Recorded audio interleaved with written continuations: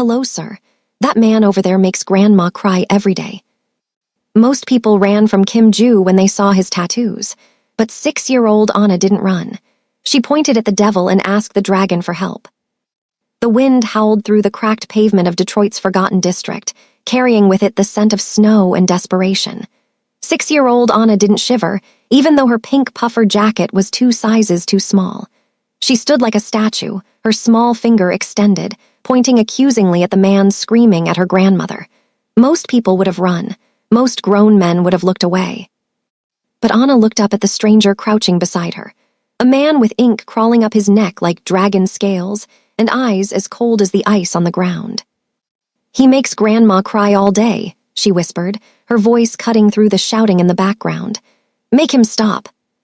Kim Ju, the man who had buried empires and shattered bones for a living, looked from the little girl's trembling finger to the thug terrorizing the elderly woman. He didn't smile. He didn't speak. He just stood up. And for the first time in years, the devil decided to do God's work. "Hello, family. Where are you watching from? Drop your city in the comments so I can send you special regards. And also, hit the subscribe button to subscribe to this channel so as not to miss our daily videos. Now let's dive into the story. Ruth was tired. It was a bone-deep exhaustion that sleep couldn't fix, the kind that came from working double shifts at the diner just to pay rent for an apartment that had no heat. She loved her mother and her daughter, Anna, more than life itself, but love didn't pay the electric bill, and it certainly didn't keep the wolves at bay. The biggest wolf was Viper, a low-level slumlord who got his kicks from intimidating the elderly. Every day, Ruth left for work praying her mother wouldn't be on the street when she returned. She didn't know that today, the dynamic of their freezing neighborhood was about to shift. A predator from a much bigger jungle had moved into the building down the street. Kim Ju wasn't looking for trouble, he was looking for invisibility. But when a child demands justice, even a monster has to listen. The winter in this part of the city was unforgiving. It wasn't just the temperature, it was the grayness of it all. The sky was a flat sheet of slate, pressing down on the crumbling brick buildings. Kim Ju sat on the frozen steps of a stoop 3 houses down from his own hideout. He took a drag from a cigarette, the smoke curling up to mix with the visible vapor of his breath. He was wearing a white dress shirt, the sleeves rolled down to cover the intricate tapestry of tattoos that mapped his history of violence, but the collar couldn't hide the black ink creeping up his neck. He was trying to be invisible, a ghost in a machine that had spat him out.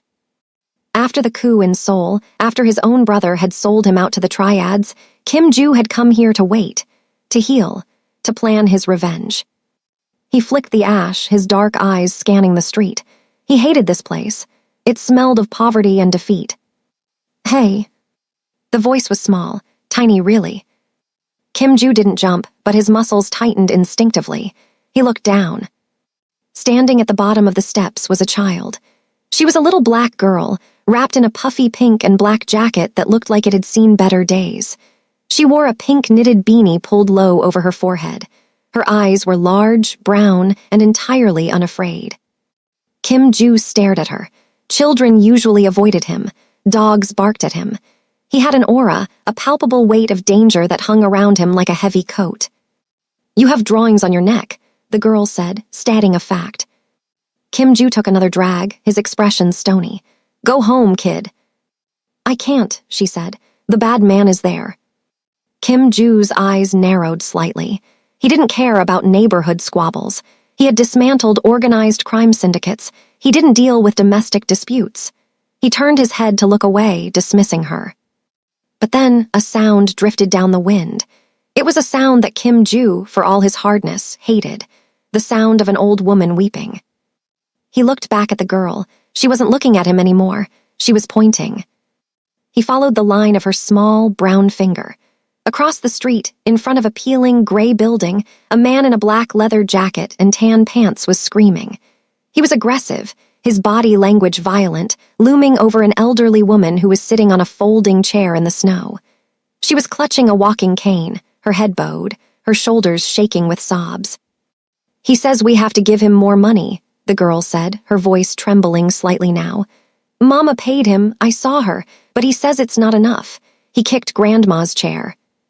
Kim Ju watched the man, Viper, the locals called him, a bottom feeder. a parasite who fed on those who couldn't fight back. Viper kicked the snow near the old woman's feet, making her flinch. "He makes Grandma cry all day," the girl whispered, looking up at Kim Ju. "You look strong, you look like the monsters in my book, but maybe you can scare the bad man. Make him stop." The request hung in the freezing air. Kim Ju dropped his cigarette and crushed it beneath his polished black shoe. He shouldn't get involved. The first rule of hiding was do not draw attention. Helping a civilian was messy. It was stupid. It was weak. He looked at the girl. She was shivering, but her finger was still pointing, steady as a compass needle. "What is your name?" Kim Ju asked, his voice a deep rumble, accented and rough. "Anna," she said. Kim Ju stood up. He towered over her, his broad shoulders blocking the wind. He crouched down, bringing his face level with hers. For a second, the mask of the Mafia boss slipped, revealing just a man. "Wait here, Anna." He walked across the street. He didn't run. He moved with a predatory grace, a silent glide over the ice. Viper was too busy screaming to hear death approaching. "I told you, you old hag. The heating cost went up. You pay another 200 by tonight or I throw your junk on the street. I don't care if it's freezing." The grandmother, Ruth's mother, sobbed harder. "Please, sir, my daughter. She works so hard." "I don't care about your daughter." Viper raised his hand as if to backhand the air near her face. A hand clamped onto Viper's shoulder. It wasn't a shove. It was a grip like a hydraulic press. Viper froze. He tried to shrug it off, turning around with a snarl. "Who the hell?" The words died in his throat. Kim Ju was staring at him. He wasn't shouting. He wasn't grimacing. His face was completely blank, devoid of any human emotion, which made it infinitely more terrifying. The tattoos on his neck seemed to writhe as he tilted his head. "The lady," Kim Ju said softly, his English precise but clipped. "She is crying." Viper, a man used to bullying widows and orphans, looked at the scar running through Kim Ju's eyebrow and the deadness in his eyes. He realized instantly that he was out of his depth. This wasn't a street fighter. This was a killer. "Look, man, this ain't your business," Viper stammered, trying to pull away. He couldn't move. Kim Ju's fingers were digging into his trapezius muscle, hitting a nerve that sent blinding pain down Viper's arm. "It is loud," Kim Ju continued, as if Viper hadn't spoken. "I do not like loud noises, and I do not like men who stand over women sitting in chairs." Kim Ju leaned in closer. "Apologize." "What?" Viper squeaked. Kim Ju squeezed. Viper's knees buckled. He dropped to the slushy pavement, forced down to the grandmother's eye level. "Apologize to the grandmother," Kim Ju commanded. "And if I hear you asking for money that has already been paid, I will remove your tongue so you can never ask for anything again. Do you understand?" Viper nodded frantically, tears of pain pricking his eyes. "I understand. I'm sorry. Ma'am, I'm sorry." Kim Ju released him. Viper scrambled back, crab-walking on the ice, looking terrified. "Go," Kim Ju said. Viper ran. He didn't look back. Kim Ju turned to the elderly woman. She was staring at him with wide, fearful eyes. She had seen violence before, but she had never seen violence controlled like that. "Thank you," she whispered, her voice shaking. Kim Ju didn't smile. He bowed, a sharp, formal Korean bow from the waist, showing respect to an elder. Then he turned and looked across the street. Anna was still standing there. She lowered her finger. A small, tentative smile broke across her face. Kim Ju turned up the collar of his coat against the wind and walked away, disappearing into the alleyway shadows before anyone else could see his face.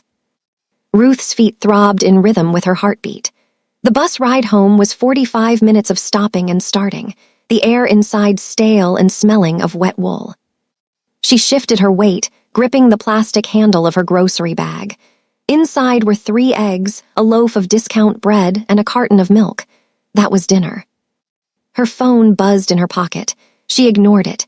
It was probably the electric company, or worse, Viper calling to harass her mother again. The thought of Viper made her stomach turn. He had been escalating lately. First, it was just late fees that didn't exist. Now it was threats of eviction.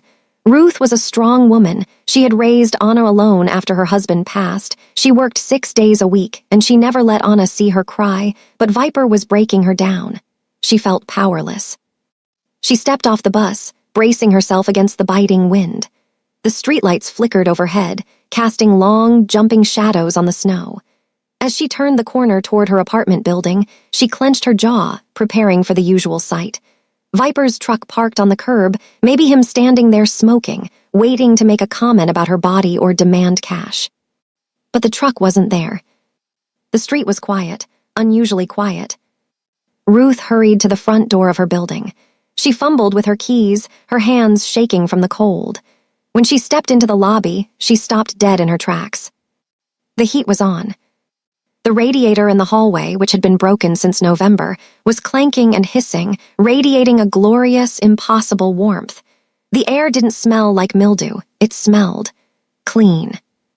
"Mama," Ruth called out, rushing up the stairs to their second-floor unit. She burst through the door. "Mom, Anna." She expected to find them huddled under blankets in the living room, shivering. Instead, her mother, Ruth S.R., was sitting in her favorite armchair, not wearing her heavy coat for the first time in weeks. The TV was playing softly. Anna was on the floor, coloring in a book. "Ruthie, you're home," her mother said, looking up. Her eyes were red-rimmed, but she looked peaceful. "What happened?" Ruth dropped the groceries on the table. "Why is the heat on? Did Viper come by?" "He came," Anna said, not looking up from her coloring. "But the dragon man scared him away." Ruth froze. "The what?" Her mother sighed, adjusting her glasses. "It was the strangest thing, Ruthie. That awful man, Viper, he was screaming at me outside this afternoon. I thought he was going to hit me. I truly did." She paused, her hand trembling slightly as she reached for her tea. "And then, this man came over. An Asian man, very handsome, but, oh, Ruth, he looked dangerous. He had tattoos on his neck." Ruth's heart hammered against her ribs. "A gang member? Mom, did he hurt you?" "No," her mother shook her head vigorously. "He made Viper apologize. He made him get down on his knees in the snow. And then Viper ran away and came back an hour later with a toolbox and fixed the boiler. He didn't say a word, just fixed it and left." Ruth sank onto the sofa. This didn't make sense. In this neighborhood, nobody helped anybody, especially not dangerous men in suits. Who is he? Did he ask for money? Favors? "No," Anna piped up. She held up her drawing. It was a crude crayon picture of a large man in a white shirt standing next to a small girl in pink. "I asked him to help. I told him he makes Grandma cry, so he fixed it." "You spoke to him." Ruth grabbed Anna's shoulders, panic rising in her throat. "Anna, you know the rules. You don't talk to strangers, especially not men like that." "He's not a stranger," Anna said stubbornly. "He's the neighbor. He lives in the gray house. He smokes on the steps. He looked sad, Mama, until I told him about the bad man." Ruth stood up and walked to the window. She pulled back the curtain just an inch. Across the street, the gray house stood dark and silent. It had been abandoned for months, or so she thought. "He bowed to me, Ruthie," her mother added softly. "Like a gentleman. I haven't been treated with that kind of respect in I don't know how long." Ruth stared at the dark house. She knew the world. She knew that men who could terrify thugs like Viper were usually worse than Viper. They were sharks eating minnows. If this man had marked her family as his protection, it meant they were on his radar. "Stay away from the windows," Ruth said, closing the curtain. "And if you see him again, Anna, you run the other way. Do you hear me?" "But he's nice." "He is not nice, Anna," Ruth snapped, her fear leaking out as anger. "Nice men don't have neck tattoos and make drug dealers kneel in the snow. He is dangerous." She went to the kitchen to unpack the eggs, her hands still shaking. The warmth of the apartment felt suspicious now. It felt like a trap. She was grateful the heat was on, grateful her mother wasn't crying. But she couldn't shake the feeling that they had just traded a known devil for an unknown god, and gods usually demanded sacrifices. 3 days passed. The heat stayed on. Viper was nowhere to be seen. Rumor had it he was avoiding the block entirely. The neighborhood was eerily peaceful. Ruth couldn't relax. Every time she walked Anna to the school bus, she scanned the shadows. Every time she walked home, she held her keys between her knuckles like a weapon. It was Friday evening when she finally saw him. She was rushing to the corner bodega to buy cough syrup for Anna, who had developed a slight sniffle despite the restored heating. The snow was falling heavily, muffling the sounds of the city. As she exited the shop, clutching the small paper bag, she nearly ran into a wall. It wasn't a wall, it was a chest, a broad, solid chest covered in a heavy black wool coat. Ruth gasped and stumbled back, slipping on a patch of black ice. She flailed, waiting for the impact of the cold pavement. It never came. A hand shot out, lightning fast, and grabbed her forearm. The grip was firm, stabilizing her instantly. "Careful," a deep voice rumbled. Ruth looked up and up. He was taller than she expected. His hair was black, styled back but messy from the wind. His face was angular, with high cheekbones and a jawline that looked like it could cut glass. But it was the eyes that stopped her breath. They were dark, almost black, and incredibly weary. And there, peeking out from the collar of his coat, was the tail of a dragon tattoo. It was him, the dragon man. Ruth yanked her arm away as if he burned her. She stepped back, putting distance between them. "You," she breathed. Kim Joo looked at her. He recognized her instantly. She had the same eyes as the little girl, Anna. She was beautiful, even with the exhaustion etched into her face. Her hair was pulled back in tight braids, and her coat was worn at the seams. She looked like a woman who carried the weight of the world on her shoulders. "You are the mother," Kim Joo stated. "I am," Ruth said, her voice shaking but defiant. She drew herself up to her full height. She wasn't a tall woman, but she had the ferocity of a mother bear. "My daughter told me what happened with Viper." Kim Joo nodded once, slowly. He put his hands in his coat pockets. "The heating is working." "Yes," Ruth said, "it is." "Good." He turned to walk away. "Wait," Ruth called out. Kim Joo stopped and turned halfway back. Ruth struggled with the warring emotions inside her, gratitude and fear. "I appreciate what you did for my mother. No one has ever stood up for us like that. Thank you." Kim Joo watched her. He wasn't used to gratitude. He was used to fear and obedience. It was nothing. "But," Ruth continued, her voice hardening, "I also know what kind of men have ink like that. I know what kind of men make people like Viper disappear." Kim Joo's expression didn't change. "Do you?" "Yes," Ruth said, stepping closer, her finger pointing at him much like Anna's had. "I don't know why you're here or who you're hiding from, but Anna, she's just a baby. She thinks you're a hero from a storybook. You're not." "No," Kim Joo agreed softly. "I am not." "So stay away from her," Ruth said, her voice cracking slightly. "Please, we are barely holding on. I can't have your world spilling into ours if you want to help us. Ignore us." Kim Joo looked at this woman, shivering in the snow, threatening a mafia boss to protect her child. He felt a strange pang in his chest, a memory of his own mother, perhaps, or just a longing for something simple that he had never had. "I will not approach your child," Kim Joo promised. "You have my word." He turned to leave again. "Ruth." The voice came from behind Ruth. She spun around. Her mother was standing at the entrance of their building, leaning on her cane, bundled up in a shawl. She had evidently come down to wait for Ruth. "Mom, go inside," Ruth said quickly. "Oh, it's you," Grandma beamed, ignoring her daughter and looking straight at Kim Joo. "The gentleman, I didn't catch your name the other day." Kim Joo hesitated. He should walk away. He had just promised Ruth. But disrespecting an elder was impossible for him. He bowed his head slightly. "Kim Joo, ma'am." "Mr. Kim," Grandma smiled warmly. "I was just telling Ruthie that I made too much pepper soup. It's a cold night. A man living alone in that big empty house shouldn't be eating cold food." "Mom, no," Ruth hissed under her breath. "You must come in for dinner," Grandma insisted, waving her hand. "As a thank you, I insist." Kim Joo looked at Ruth. Her eyes were pleading with him to say no, to leave, to disappear. But then he looked at the grandmother. She was looking at him not as a killer, but as a neighbor, a human being. "I would be honored," Kim Joo said. Ruth let out a sharp breath of frustration. She glared at him, but she couldn't make a scene in front of her mother. "Fine," Ruth muttered, clutching her grocery bag tighter. "But just dinner. Then you go back to your world and we stay in ours. Kim Joo met her gaze. The electricity between them wasn't romantic yet. It was the tension of a predator and a protector sizing each other up. Just dinner, Kim Joo agreed. As he followed them into the warm, brightly lit building, leaving the cold darkness of the street behind, Kim Joo felt a sensation he hadn't felt in 20 years. He felt like he was coming home. But across the street, in the shadow of an alleyway, a black sedan with tinted windows rolled slowly to a stop. The engine idled silently, watching the three of them disappear inside. The apartment smelled of Scotch bonnet peppers, thyme, and simmering goat meat. A rich, earthy aroma that clashed violently with the sterile, metallic scent of blood and gunpowder that usually clung to Kim Joo's memory. He sat at a small, wobbly formica table that seemed barely strong enough to hold the large pot Ruth's mother, Grandma Rose, had placed in the center.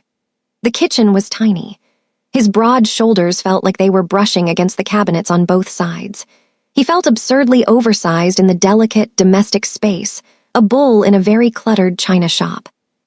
Eat, Mr. Kim, Grandma Rose urged, ladling a massive portion of the dark, spicy soup into a plastic bowl. You're too thin, all bone and ink. Kim Joo accepted the bowl with 2 hands, bowing his head slightly. Thank you, ma'am. Across the table, Ruth watched him over the rim of her water glass. She hadn't relaxed a single muscle since they entered the apartment. Her eyes tracked his every move, how he held the spoon, how he politely declined a second piece of bread, how his gaze kept flickering toward the front door, assessing the locks. Anna sat beside him, was oblivious to the tension. She was practically vibrating with excitement, showing Kim Joo her collection of colorful plastic bracelets between spoonfuls of soup. This one is blue, Anna said, holding up a neon bangle. Blue is for ice, like your eyes. Ruth choked on her water. Anna, that's rude. Kim Joo paused, the spoon halfway to his mouth. He looked at the little girl. No one had ever compared his eyes to something as innocent as ice. Usually they said they were dead or shark-like. It is okay, Kim Joo said, his voice low. He looked at Anna, and for the briefest second the corner of his mouth twitched upward. It wasn't quite a smile, but it was close. Blue is a good color. Anna beamed. See, Mama, he likes it. The dinner was an exercise in surrealism for Ruth. Here was a man who had terrified the neighborhood bully into submission with a mere touch, sitting in her kitchen, eating pepper soup, and discussing bracelet colors with her 6-year-old. He was impeccably polite to her mother, answering her endless questions about his homeland with vague, respectful generalities, never once revealing the violent reality of the soul syndicate he had once ruled. Yet the danger radiated off him. When he reached for the salt, his cuff pulled back, revealing more of the intricate, dark artwork on his forearm, a coiled snake amidst cherry blossoms. Ruth saw the thick, pale line of an old knife scar intersecting the tattoo. As the meal wound down, Anna began to yawn. Time for bed, little bird, Grandma Rose said, standing up slowly. But I want to show Mr. Kim my drawing of the cat, Anna protested. Another time, Ruth said firmly, standing up to clear the bowls. Kim Joo stood immediately. I should go. I have imposed enough. Nonsense, Grandma Rose waved him down. Ruthie, help me to my room. My knee is acting up. Mr. Kim, you stay for tea. It's rude to rush a guest. Ruth shot a look of pure exasperation at her mother, but she couldn't refuse to help her. Stay right there, she ordered Kim Joo, pointing a finger at him before helping her mother down the narrow hallway. Kim Joo was left alone in the kitchen. The silence settled heavily. He walked to the sink, intending to wash his bowl, a habit ingrained from years of disciplined living. As he turned on the water, his eyes drifted to the small window above the sink that looked out onto the fire escape. Below in the alley, the snow was undisturbed, but his instincts, honed by 2 decades of constant threat, were screaming. The hair on his arms stood up. It felt like being watched through a sniper scope. Ruth returned to the kitchen, her arms crossed. They're asleep. You can leave now. Kim Joo shut off the water. He turned to face her, drying his hands on a dish towel. The domesticity of the action was jarring against the intensity of his gaze. Your locks, Kim Joo said, his voice dropping to a murmur so as not to wake the others. They are insufficient. Ruth bristled. "Excuse me, my locks are fine. The landlord put them in." "Viper put them in," Kim Joo corrected. "A child with a hairpin could bypass the deadbolt in 10 seconds. The screws on the strike plate are too short. One solid kick and the frame splinters." Ruth felt a chill that had nothing to do with the winter draft. "Why are you telling me this? Are you planning on kicking my door in?" Kim Joo took a step closer, invading her personal space just enough to make her heart rate spike. He wasn't threatening her, but he was forcing her to see him, really see him. "You were right outside the store, Ruth," he said, using her name for the first time. It sounded heavy on his tongue. "I am not a hero. The world I come from, it is a disease, and it is contagious." He reached into his pocket and pulled out a sleek black object, a burner phone. He placed it on the counter. "If you see anything, a car that does not belong, a face you do not know, or if Viper returns, you call the number stored in there. Only that number." Ruth stared at the phone as if it were a grenade. "You're scaring me." "Good," Kim Joo said, his eyes bleak. "Fear keeps you alert. Alert keeps you alive." He moved toward the door. As he passed her, he paused, his hand hovering near her shoulder but not touching. "Thank you for the soup. It was warm." Before Ruth could formulate a response, before she could ask the 100 questions swirling in her head, he was gone. The door clicked shut behind him. Ruth immediately threw the deadbolt. She stared at the flimsy metal hardware, seeing it through his eyes now. It looked pathetic. She looked at the burner phone on the counter. Its single green light blinked slowly in the semi-darkness, a digital eye watching over them, a promise of protection, and a warning of the danger that had just sat at her table. Kim Joo didn't sleep that night. He sat in the dark living room of the abandoned gray house across the street, smoking cigarette after cigarette, the ember glowing like a sentinel's eye in the gloom. He had made a mistake, a tactical error born of weakness. He had let them in. Going to dinner had been an indulgence. For an hour, sitting in that warm, cluttered kitchen, smelling spices instead of fear, he had pretended he was a normal man. He had pretended that the ink on his skin was just art, not a resume of brutality. He had let Anna's laughter droop his guard. And because of that, he had almost missed it. When he had left Ruth's building, he hadn't gone straight home. He had circled the block, melting into the shadows, moving with the silent tread of a hunter. He found the car parked 2 streets over, tucked behind an overflowing dumpster. It was a black sedan, nondescript, domestic make. To the untrained eye, it was just another car covered in city grime. To Kim Joo, it screamed surveillance. The windows were tinted too dark. The tires were high-performance, out of place in this neighborhood of rusted-out beaters. He hadn't approached it. He didn't need to. He knew who sent it. Choi. His former lieutenant, the man who had smiled in his face while selling his location to the triads in Seoul. Choi was ambitious, cruel, and lacked the code of honor that Kim Joo still desperately clung to. If Choi was here, it meant he hadn't just come to kill Kim Joo. He had come to make an example of him. He would burn down everything Kim Joo touched before delivering the final blow. And tonight, Kim Joo had touched Ruth's family. As dawn broke, painting the gray sky with bruised purples and reds, Kim Joo made a decision. It was the only logical choice, the only moral choice. He began to pack. He didn't have much. A duffel bag of cash hidden under the floorboards, 2 spare magazines for his Glock 19, a passport with a different name. He moved efficiently, erasing his presence. He would leave the city today. He would draw Choi's wolves away from this street, lead them on a chase across state lines, and finish this somewhere far from pepper soup and blue bracelets. By 8:00 a.m., he was ready. He threw the duffel bag over his shoulder, turned up his collar, and stepped out onto the snowy porch. The cold air hit his face, sharp and clarifying. He looked across the street at Ruth's building. He needed to leave now before they woke up, before complications arose. "Mr. Dragon." Kim Joo froze. He closed his eyes for a second, cursing the universe. Anna was standing on the sidewalk below, bundled in her snow gear, waiting for the school bus. Ruth was standing beside her, holding her hand tight. Anna waved frantically, her mittened hand a bright spot of color against the snow. Kim Joo slowly walked down the steps. He couldn't just ignore her. That would be cruel. He would say a quick, cold goodbye and leave. As he approached, Ruth pulled Anna slightly closer to her leg. Her eyes darted from his face to the heavy duffel bag on his shoulder. "You're leaving," Ruth said.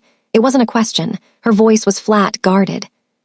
"Yes," Kim Joo said, not stopping, intending to walk past them toward the bus stop. "It is time." "Where are you going?" Anna asked, her lower lip trembling. "Are you coming back for dinner?" Kim Joo stopped. He looked down at the child. Lying to adults was easy, lying to children felt like a sin. "No, Anna, I have to go far away." "Because of the bad men," Anna whispered. Kim Joo looked sharply at Ruth. "She heard us talking last night," Ruth admitted quietly, her eyes anxious. "She's smart. She knows something is wrong." "They are not bad men, Anna," Kim Joo said, his voice strained. "They are just men from my work, and I must go before my work follows me here." "But who will scare Viper?" Anna asked, a tear spilling over and tracking down her cold, reddened cheek. "Who will make sure Grandma doesn't cry?" The question hit Kim Joo harder than a physical blow. He looked at Ruth. Ruth was looking at him, and the fear he expected to see in her eyes wasn't there. Instead, there was a terrifying realization. "You're running away," Ruth said, her voice low and furious. "You brought this here, you put a target on our backs by walking into our home, and now you're just going to leave us to deal with the fallout." "I am leaving to protect you," Kim Joo hissed, leaning in, his intense eyes bearing down on her. "The men looking for me, if they find me here, they will burn this whole block down just to smoke me out. They do not care about women or children." "They already know where you are, don't they?" Ruth challenged, glancing at the duffel bag.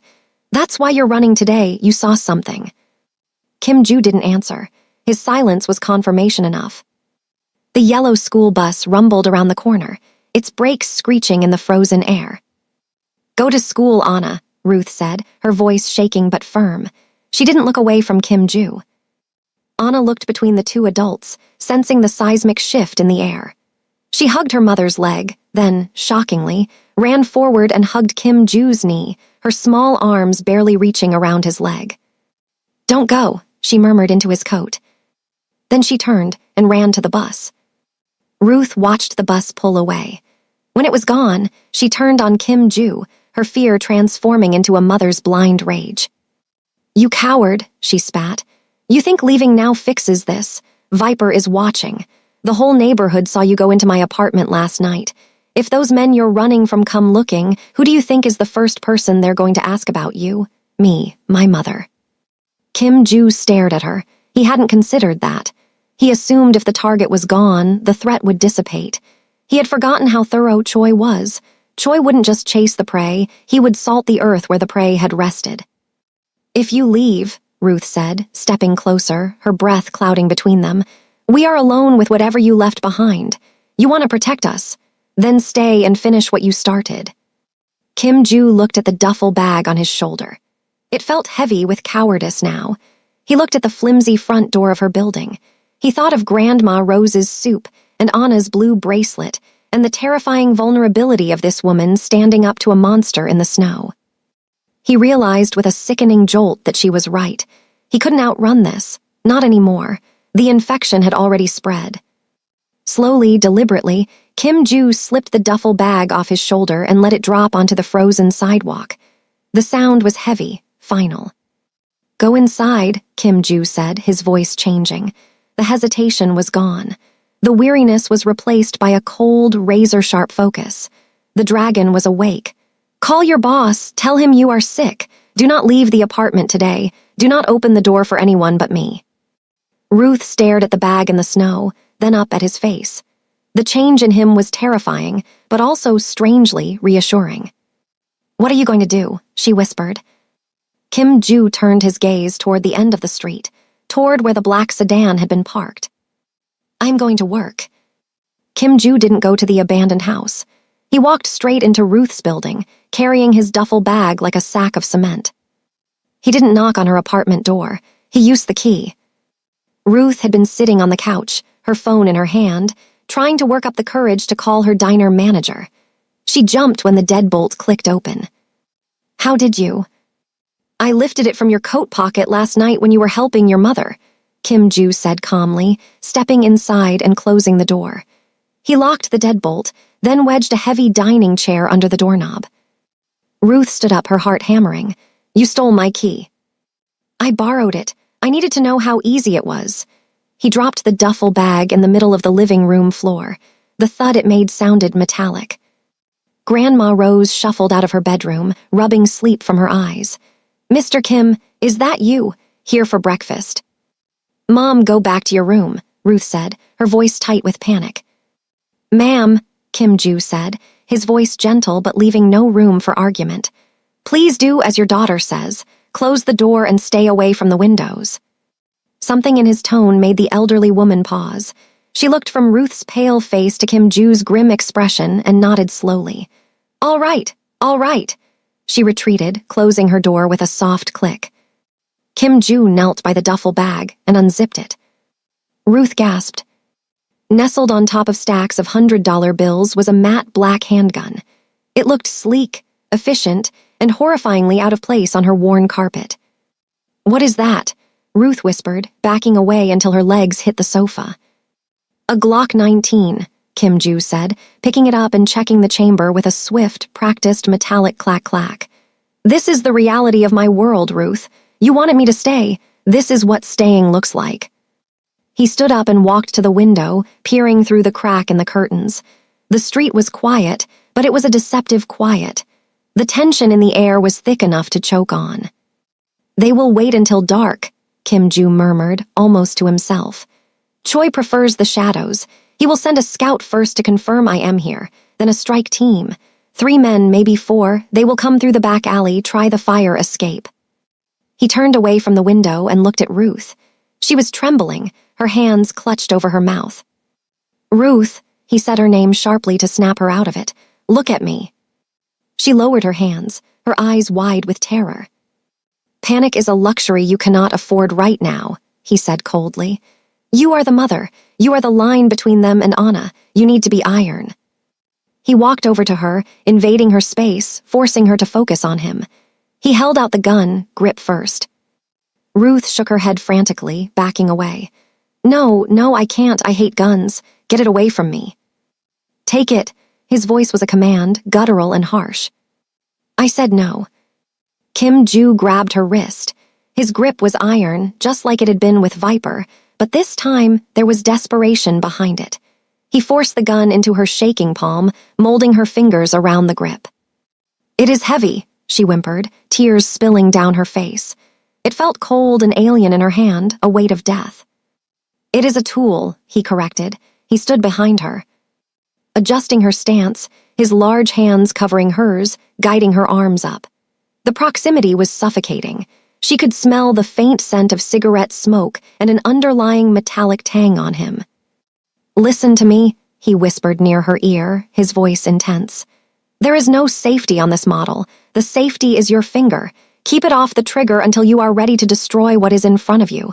Do not aim it unless you intend to kill. Do you understand? I can't kill anyone, she sobbed. If a man comes through that door who is not me and he moves toward your mother's room, you will not see a man, Kim Ju said darkly. You will see a threat to Anna, and you will pull the trigger until it stops moving. You will do it because you are a mother. He released her. Ruth stood there, trembling, holding the weapon with both hands, staring down the sights at her own front door. The weight of it was sickening, but under the sickness, a strange, cold resolve began to form. He was right. For Anna, she would burn the world down. Good, Kim Ju said, seeing the shift in her posture. Keep it near you. I have work to do. He spent the next hour turning the apartment into a fortress. He moved the heavy sofa in front of the large bay window. He went into the kitchen and rigged a crude alarm system using pots and pans balanced precariously by the fire escape window. Around noon, there was a timid knock at the door. Ruth jumped, nearly dropping the gun she had placed on the coffee table. Kim Ju was at the door instantly, peering through the peephole. He tensed, then looked back at Ruth with a confused frown. He moved the chair and unlocked the deadbolt, opening the door just an inch. It was Viper. The slumlord looked pathetic. His nose was bandaged where Kim Ju had shoved his face into the snow days prior. He was shivering, holding a wrench like a talisman. "What do you want?" Kim Ju asked, his voice ice. Viper gulped, looking past Kim Ju into the barricaded apartment. "Look, man, I don't like you. You almost broke my neck." "Get to the point." "There were guys," Viper whispered, glancing nervously down the hallway. "Last night, at the bar down on 5th. Asian guys, suits, not from around here. They were asking questions about the neighborhood, about who lives on this block." Kim Ju's eyes narrowed. "Did they show a picture?" Viper nodded. "Of you, they asked if anyone had seen a guy with the neck tattoos." "What did you tell them?" Kim Ju asked, his hand drifting toward the small of his back where he had tucked a second weapon. Viper shifted his weight. "I told them I ain't seen nobody like that, told them to get lost." Kim Ju paused, surprised. "Why?" Viper spat on the hallway floor. "Because you're an asshole, man, but you're our asshole. Those guys, they felt wrong, like dead fish eyes. They scared the crap out of me." He hefted the wrench weakly. "I don't want whatever they're selling in my building. Bad for business." It was a twisted sort of loyalty, born of territory and fear, but it was loyalty nonetheless.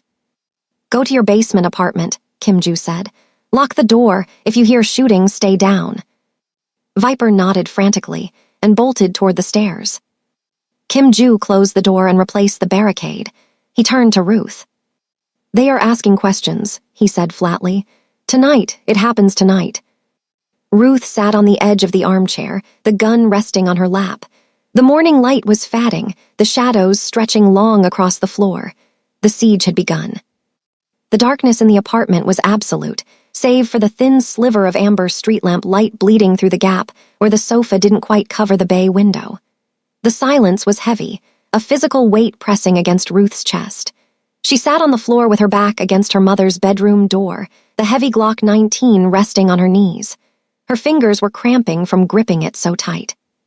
Kim Ju was a statue by the kitchen entry. He hadn't moved in 2 hours. He was listening to things Ruth couldn't hear, the settling of the building, the wind in the alley, the breathing of the city. "Mama," Anna's voice came from inside the bedroom, small and sleepy. "Hush, baby," Ruth whispered, her voice cracking. "Go back to sleep." Clang crash. The sound of metal pots clattering to the floor in the kitchen shattered the silence like a bomb. Kim Ju moved before the sound even finished echoing. "Kitchen window!" he roared, abandoning stealth. The air exploded with noise. Glass shattered inward as a black-clad figure swung through the fire escape window, kicking the rigged pots aside. Kim Ju met him with a brutal shoulder charge, driving the intruder back against the refrigerator. The sickening crunch of bone against metal was audible across the room. "Stay down," Kim Ju shouted at Ruth. Ruth scrambled backward, raising the gun with shaking hands. Her heart was hammering against her ribs like a trapped bird. 2 more men poured through the window. They were fast, efficient, moving like water. Kim Ju was a whirlwind of violence. He didn't fight like a brawler, he fought like a machine. He ducked under a swinging crowbar, grabbed the attacker's arm, and twisted it with a snap, sending the man howling to the floor. But there were too many of them.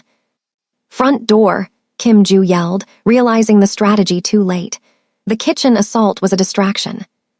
The front door, barricaded by the chair and the deadbolt, didn't just open, it exploded inward. A heavy battering ram smashed the lock mechanism to splinters. The door swung wide, hitting the wall with a deafening thud. Ruth screamed, swinging the gun toward the doorway. A man in a tactical vest stepped in. He wasn't looking at Kim Ju, he was looking at the bedroom door. "No," Ruth shrieked. She squeezed the trigger. Bang. The recoil nearly tore the gun from her hand. The shot went wide, shattering a vase on the hallway table. The deafening report rang in her ears, disorienting her. Before she could aim again, a boot kicked the gun from her hand. A gloved hand grabbed her by the hair and threw her aside. She slammed into the wall, stars bursting in her vision. "Secure the target," the man yelled. The bedroom door opened. Grandma Rose stood there, holding her cane up like a weapon, shielding Anna behind her. Get out! Get out of my house!" The intruder simply shoved the elderly woman. Grandma Rose fell hard onto the carpet, crying out in pain. "Grandma!" Anna screamed, rushing forward. That was the mistake. The intruder scooped Anna up in one fluid motion. She kicked and screamed, flailing her small fists against his tactical vest. "I have the girl. Move, move." "Anna," Ruth scrambled on her hands and knees, trying to grab the man's leg. He kicked her backward, hard in the ribs. She gasped, the air leaving her lungs. Kim Ju was still in the kitchen, fighting two men. He heard Anna scream. The sound tore through his composure.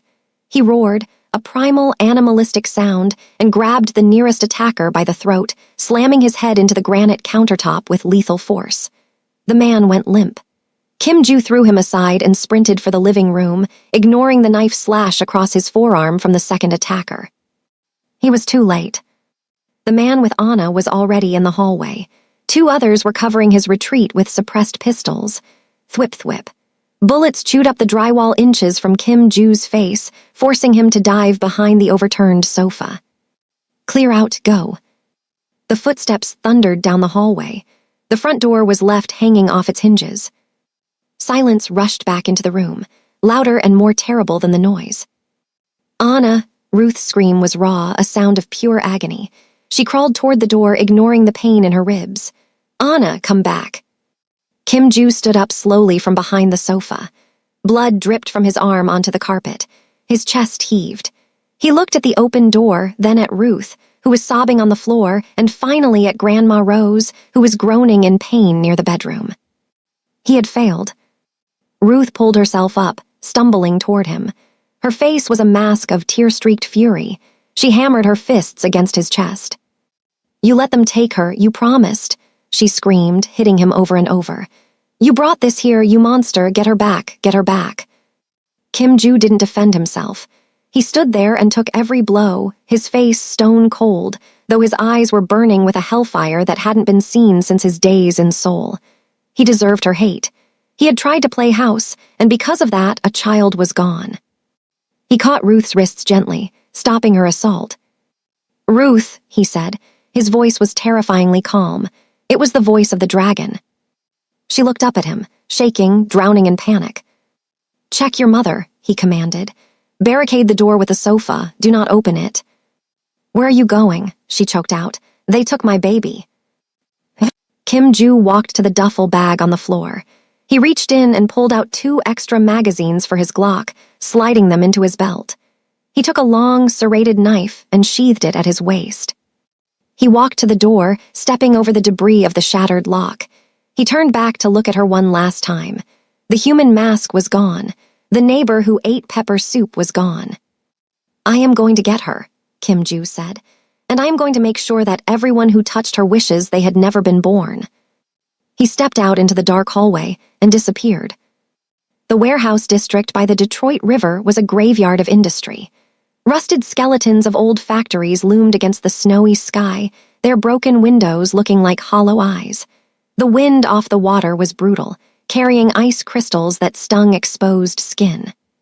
Choi's temporary stronghold was an old textile mill at the end of a dead-end road. It was isolated, defensible, and quiet. Inside, the vast floor was lit by portable halogen work lights that cast harsh, long shadows. In the center of the room, on a folding chair, sat Anna. She was shivering, not just from the cold. The building had no heat, but from terror. Her pink puffer jacket was dirty. Her hands were zip-tied loosely in front of her. Choi stood before her. He was a handsome man in a bespoke suit that cost more than the building they were standing in. He smoked a thin cigarette, looking at the child with mild curiosity. "So," Choi said in Korean, then switched to heavily accented English. "You are the pet the dragon adopted. Cute." Anna didn't answer. She bit her lip, remembering what her mama always told her, be brave. She looked around.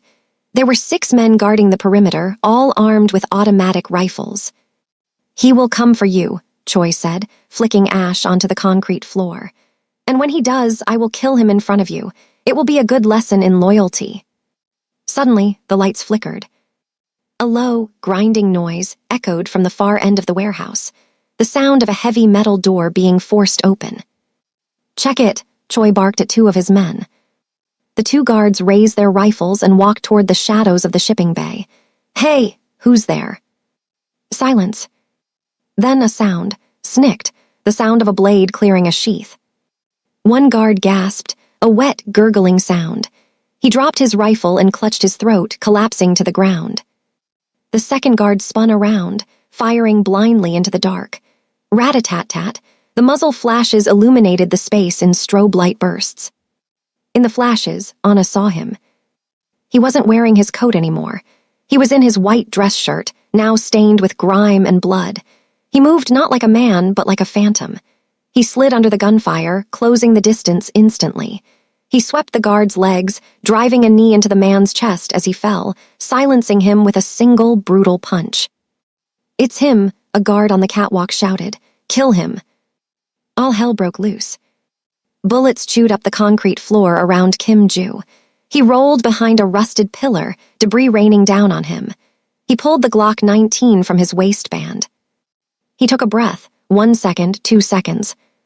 He swung out, bang, bang. 2 shots. 2 bodies dropped from the catwalk, landing with heavy thuds on the floor below. Kim Ju began to move forward.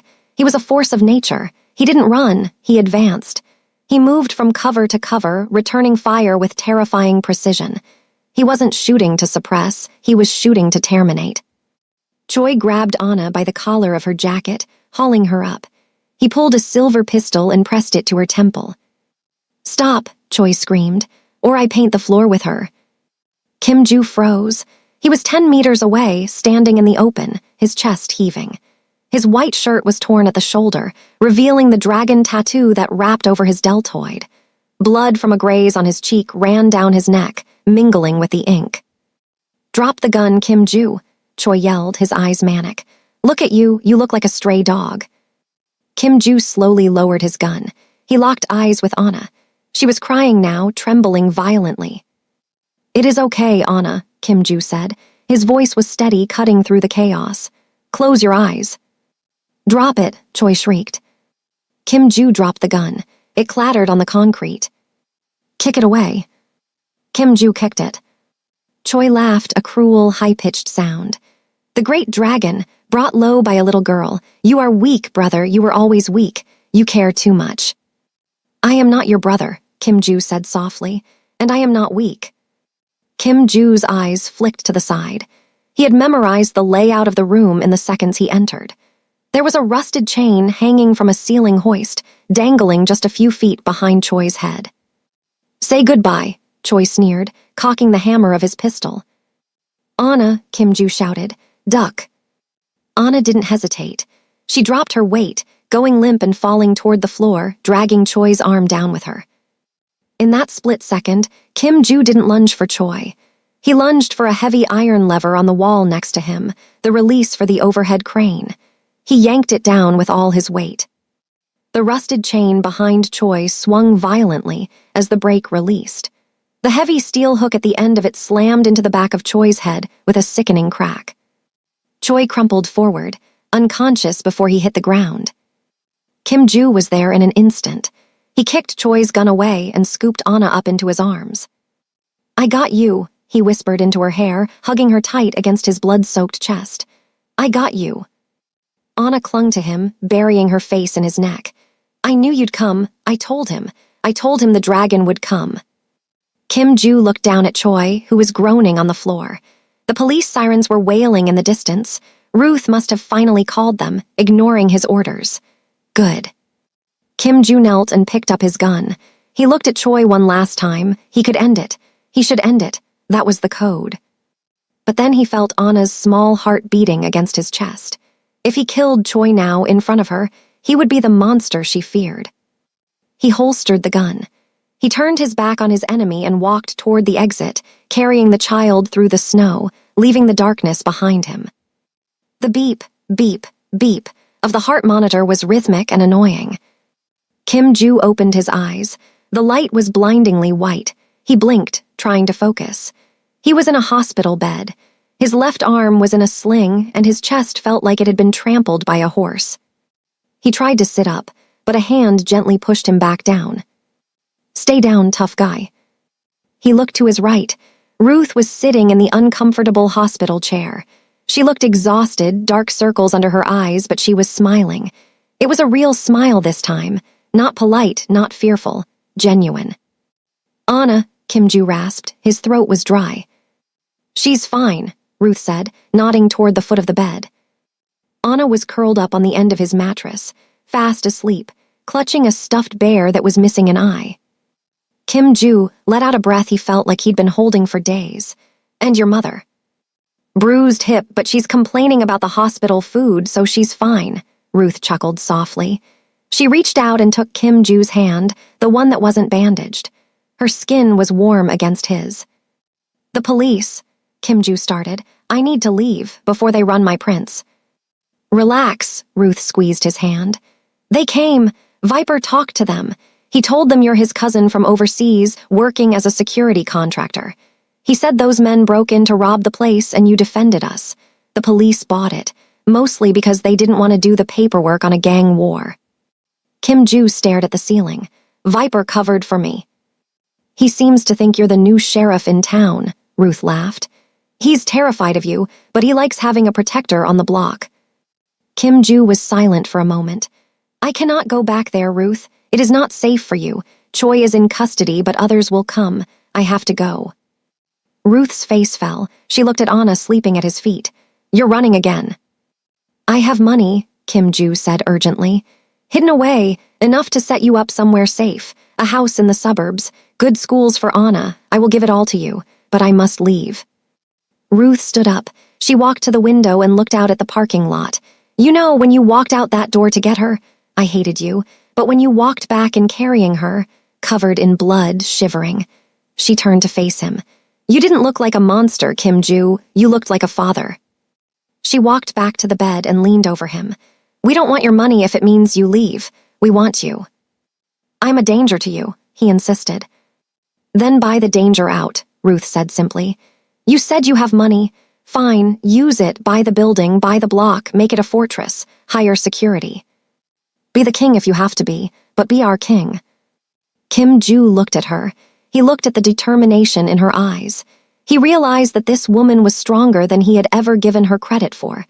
She wasn't asking for a savior. She was asking for a partner. A slow smile spread across his face. It hurt his bruised cheek, but he didn't care. "Buy the building," he mused. "Viper will overcharge me." "I'll handle negotiations," Ruth grinned. 6 months later. The winter gray had melted away, replaced by the vibrant green of a Michigan spring. The sidewalk in front of the apartment building was clean. There was no trash. Fresh flower boxes hung from the windows. Inside the lobby, the walls were freshly painted a warm cream color. The radiator hummed quietly, no longer clanking. Viper, wearing a blue jumpsuit with building manager embroidered on the pocket, was sweeping the steps. He whistled as he worked, stopping to tip his cap to Mrs. Higgins from 3B. Upstairs, in the penthouse apartment, which was really just 2 units knocked together, the air smelled of perfume and expensive hairspray. Ruth stood in front of the full-length mirror. Her white dress was simple but elegant, hugging her curves. Her hair was done up in an intricate style, woven with small white flowers. "You look beautiful, Mama," Anna squealed, jumping on the bed. She was wearing a puffy pink flower girl dress that matched her personality perfectly. Grandma Rose sat in her armchair, dabbing her eyes with a handkerchief. "My baby, finally getting a good man." The door opened. Kim Joo stepped in. He stopped in the doorway. He was wearing a black tuxedo, tailored to perfection. The high collar of his shirt and the cut of the jacket completely concealed the tattoos on his neck and arms. To the outside world, he looked like a successful businessman, perhaps an investor. But as he looked at Ruth, his eyes softened in